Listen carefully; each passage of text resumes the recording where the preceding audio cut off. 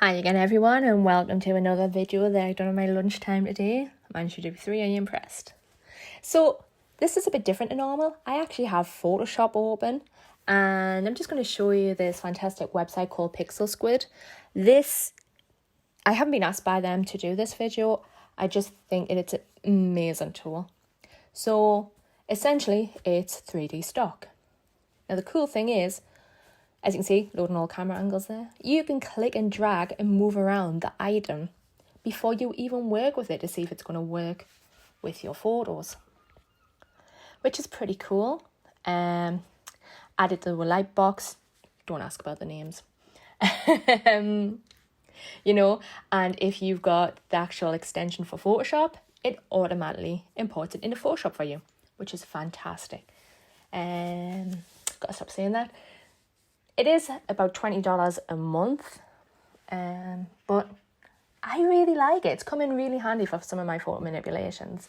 So I'm going to be working on a portrait of a drag queen friend of mine called Opium, who is absolutely incredible, very talented, and an amazing designer.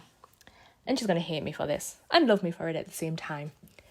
I'm going to put some sort of squishy, creepy crawly type thing in her mouth. So you can actually download the PNG, which I have done for another tutorial, which I have linked down below, or you can save it as a PSD. I'm going to save it straight to Lightbox, and you do not have to worry about the angle of the object or slug that you're bringing in, because we can work with it within the PixelSquid extension in Photoshop. It's super easy to install, instructions on their website. Just refreshing it there so my latest download appears. And it's just going to start downloading, which is pretty cool. It's brought it in as a new layer, well, a smart object. So just going through the menus, you've got obviously how to use and some help guides there. We've got resolution on low, which helps quite a bit. While we're working, we'll switch the resolution to high later on. So that little square in the middle there, I'm just clicking and dragging. And you will see it's actually updating it on my photo.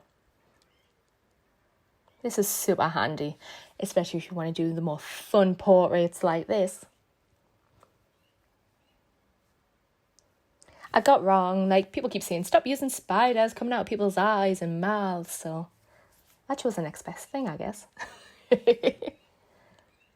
Opium will be angry at me because this was one of the first shoots she done when she got into drag, and just like the makeup, which is so amazing to me. I'm just going to resize the slug, make it bigger, see how much we can get in that gob. Sorry, Opium. So I'm just going to angle it to the angle I think would be more natural of it coming out of her mouth. So I've got a couple little options along the bottom. I'm clicking the Embed Smart object because it is a pretty cool little feature. I should actually work with smart objects a lot more, but I'm just so stuck in my own little ways. I'm just clicking on this so you can see what it actually does. So in the properties panel there, we can edit content or we can double click on the layer. Just going to make my layers a bit more visible. See, got lots of options, double click on it. And you can see all of those little sub layers.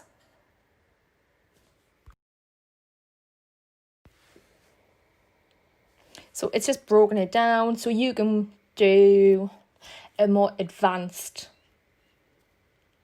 I guess, work on it. Like I said before, I'm kind of stuck in my ways, so I'm just going to slap a layer mask on this, grab my pen tool, and kind of draw around where I think this should end. I will edit it further, but I just need a generic kind of, is that going to work? Oh, it'll do. So you can see that I've just made some crazy path there, and I'm going to turn that into a selection. And obviously when I fill that in, it deletes the part I don't want to delete. So we're just going to invert that selection, and I'm going to grab my pen brush after I increase the opacity and the flow. Let's not waste time here. I don't have long on my lunch break left. And I'm just going to draw around and hide the parts that I need to hide. Okay, yeah, that's looking pretty cool. I didn't have to draw around the whole slug, just where I wanted that outline to meet the mouth. Let's play around with the curves. Let's make it a little darker. So this has applied a global adjustment to the whole image, which I don't want. Let's switch it on and off. If we right click, let's not right click on that part. I'm going to do it again. Darn it. Do you know when you do something wrong and you know you've done it wrong, but you keep doing it? I'm going to right click on the other part of the layer so we can create a clip mask. So any adjustment I now do on that layer applies it to the layer below, the one it's clipped to. So I'm just going to play around and obviously just using my masks to lighten some of it that I don't want in shadow.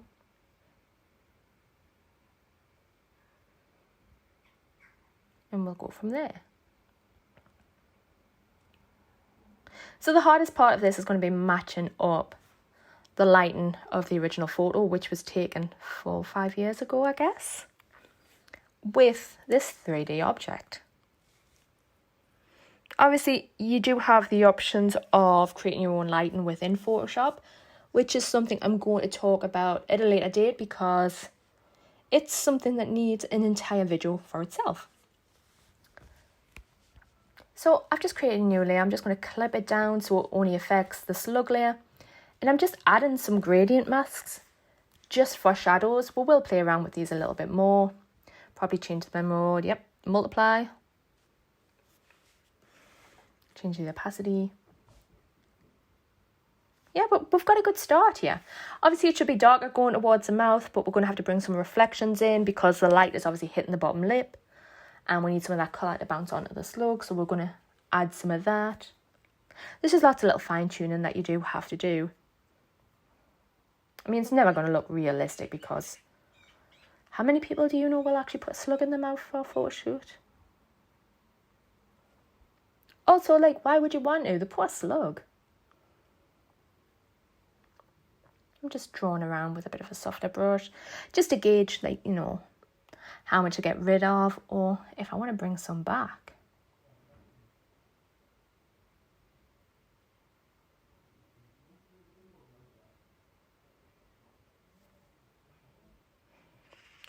Yeah, that's looking pretty cool. Gross, but cool.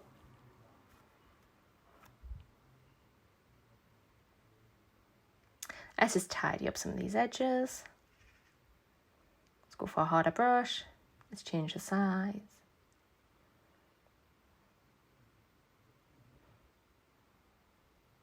So the brushes I'm currently using that you just saw there, if you search on, I forgot what the blog's called. I'll try and find it and link it in the bottom. But Imagine FX, it's a concept art, digital painting magazine that's been coming out for absolute years now. I used to collect it religiously from issue 4 because, like, my background is in illustration, and used to get discs and downloads of different brushes, and I do have quite a lot of them still saved. I'll try and find the links. I'm sure I've got this in the bookmarks somewhere, but I'll link you to the blog that goes with it so you can download these brushes. I love them. So I'm just adding a bit of pink from the lipstick, and you know, because the colour would bounce back onto the slug, it will affect it. Just to add that little bit of realism. Let's just add a bit of Gaussian blur. Everyone's favourite blur. Yep. So I just need to tidy that up around the lips.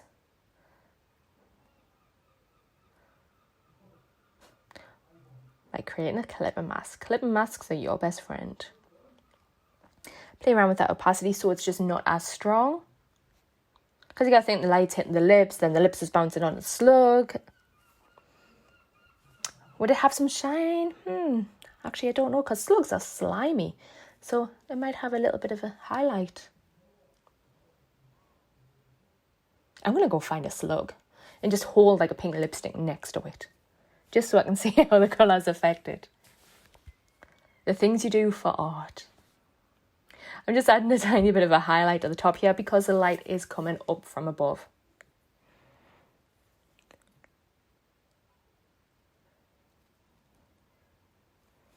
Yeah, one light was used for this shoot. I tend to use one light for most of my shoots. I can use multiple, but for my personal stuff, just, the variety you can get from one light is unreal. So I'm just checking my layers. Let's see. Just kind of working out where to take the shadows and everything next. We'll have whoopsie there because that shouldn't have done that. No, I don't want to replace the layer mask. No, that shadow looks completely wrong and I've lost my clipping masks. Oh, I do like the dramatic lighting though. Look everyone, it's not green. It's going to let me delete just that. No, okay. And that booth in the background is my Frenchie getting impatient. Bless him, he slept all day. It's been too hot to take him out for a walk, so we've just played in the house, in the garden when it's been overcast. Yeah, so he's due his walk soon. If it cools down, it's way too hot.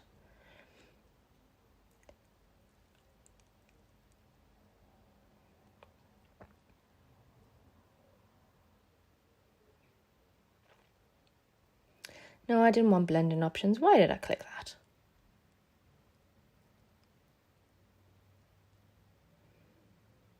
No, I want to keep that layer mask.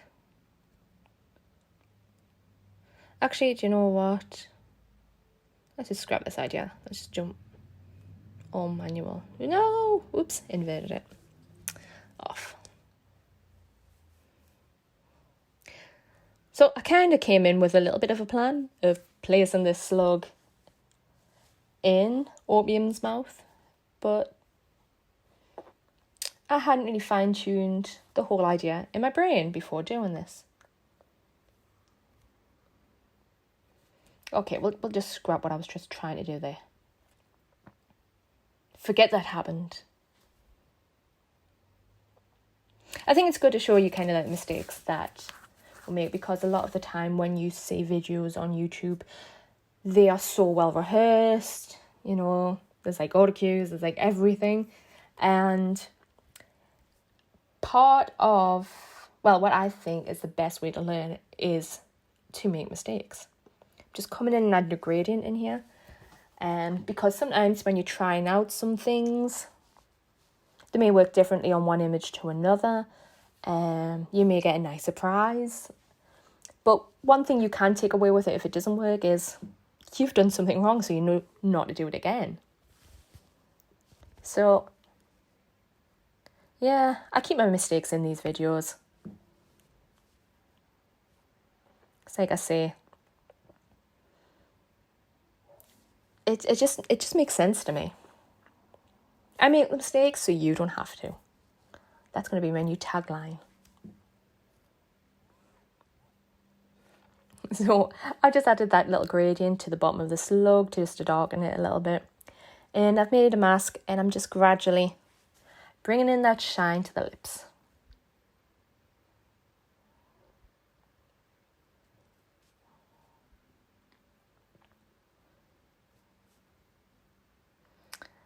Okay, so another new layer.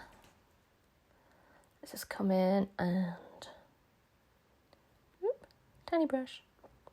Just going to draw in the highlights a little bit more, because slugs are slimy, so they will have brilliant white highlights. I mean, these aren't brilliant white as of yet, but you know, I'll gradually keep lightening them so it has that kind of gross slimy look about it.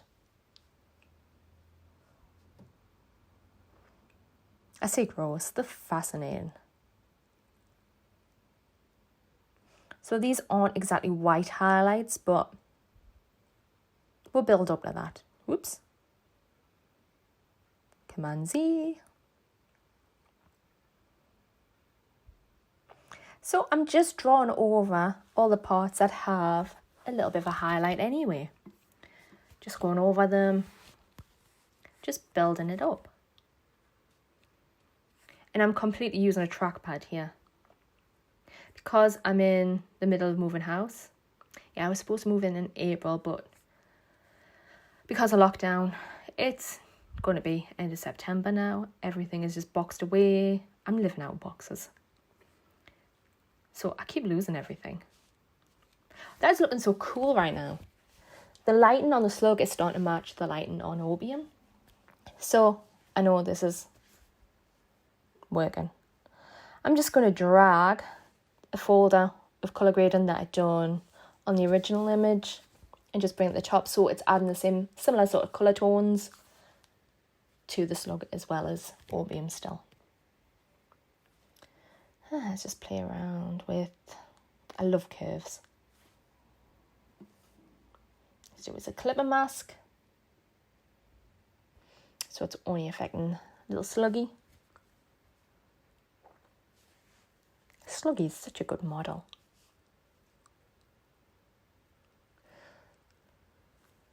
Sometimes you don't need to make huge changes. Just very subtle ones can make a lot of difference. Ooh, spiders. It says daddy long legs, right? But in the UK, I thought the daddy long legs were the ones with the wings.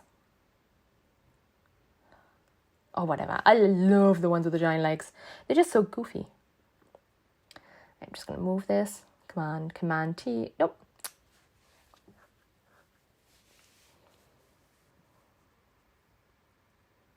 Command T didn't work. Okay, then let's just try this again. Select it. Command T. What? Okay. I think Photoshop's having my life today. It's like, stop using me and go get some food before you have to go back to work in like 15 minutes. So I'm just adding these on for fun because, yay, spiders! Let's put them in the hair. I want them to be very subtle. Kind of like, you see the slug and you're like, ugh, that's gross. And then you're like, oh my god, the spiders too. Spiders are the best.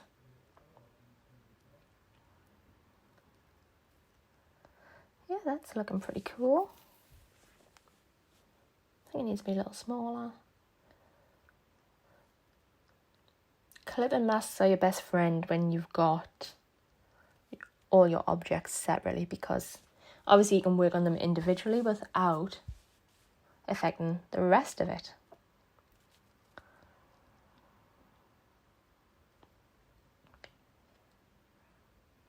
Maybe I should have done the slug. Maybe I should have had like spiders crawling out of the eyelids or something. That would have been pretty cool.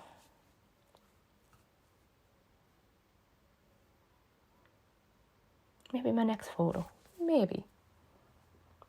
So I'm just playing around with where I want this little spider to be. Spider number 1. So I think I'm going to bring in another one. Why not? Let's bring in another one. Because you can't have too many spiders. I'm just going to hit Command T, because I've already duplicated it. And just play around with its position.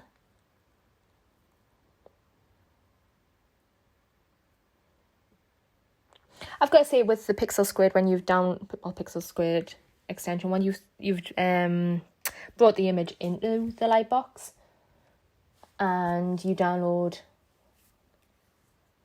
the options, like the first one that I done, where you can completely edit its smart object, you can do all your lighting work within that. But like I said before, I prefer playing around with it and just seeing those parent layers with all the sub layers. It just makes me think of Illustrator and I have nightmares. I guess InDesign does a similar sort of thing with its layers. It's just the setup. I just prefer Photoshop's tidier layer style. Whereas Illustrator and InDesign, finding your mistakes. Nightmare. So sorry, that was just a complete little ramble. I'm just playing with these spiders because there's not much to say about it. I'm just clicking and dragging within this little preview box to get the angles right. And then maybe adjusting the size actually on the image. Pretty straightforward. If you can get a free trial of this, I would definitely recommend it. It's a lot of fun and it's a little bit different to your standard stock image website where you're just getting some other people's photos. Like, people have created these 3D objects and then you can create something absolutely unreal with them. Like, oh, look at those spiders in the hair. Love, love, love, love, love.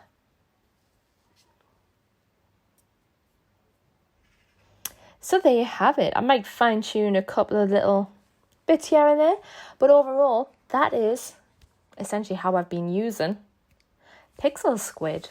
It is absolutely fantastic. Like I say, I've not been asked to do this. This is just something I have been using within my work. And I want everybody else to know how fantastic it is. So go have a try of it and see you all next time.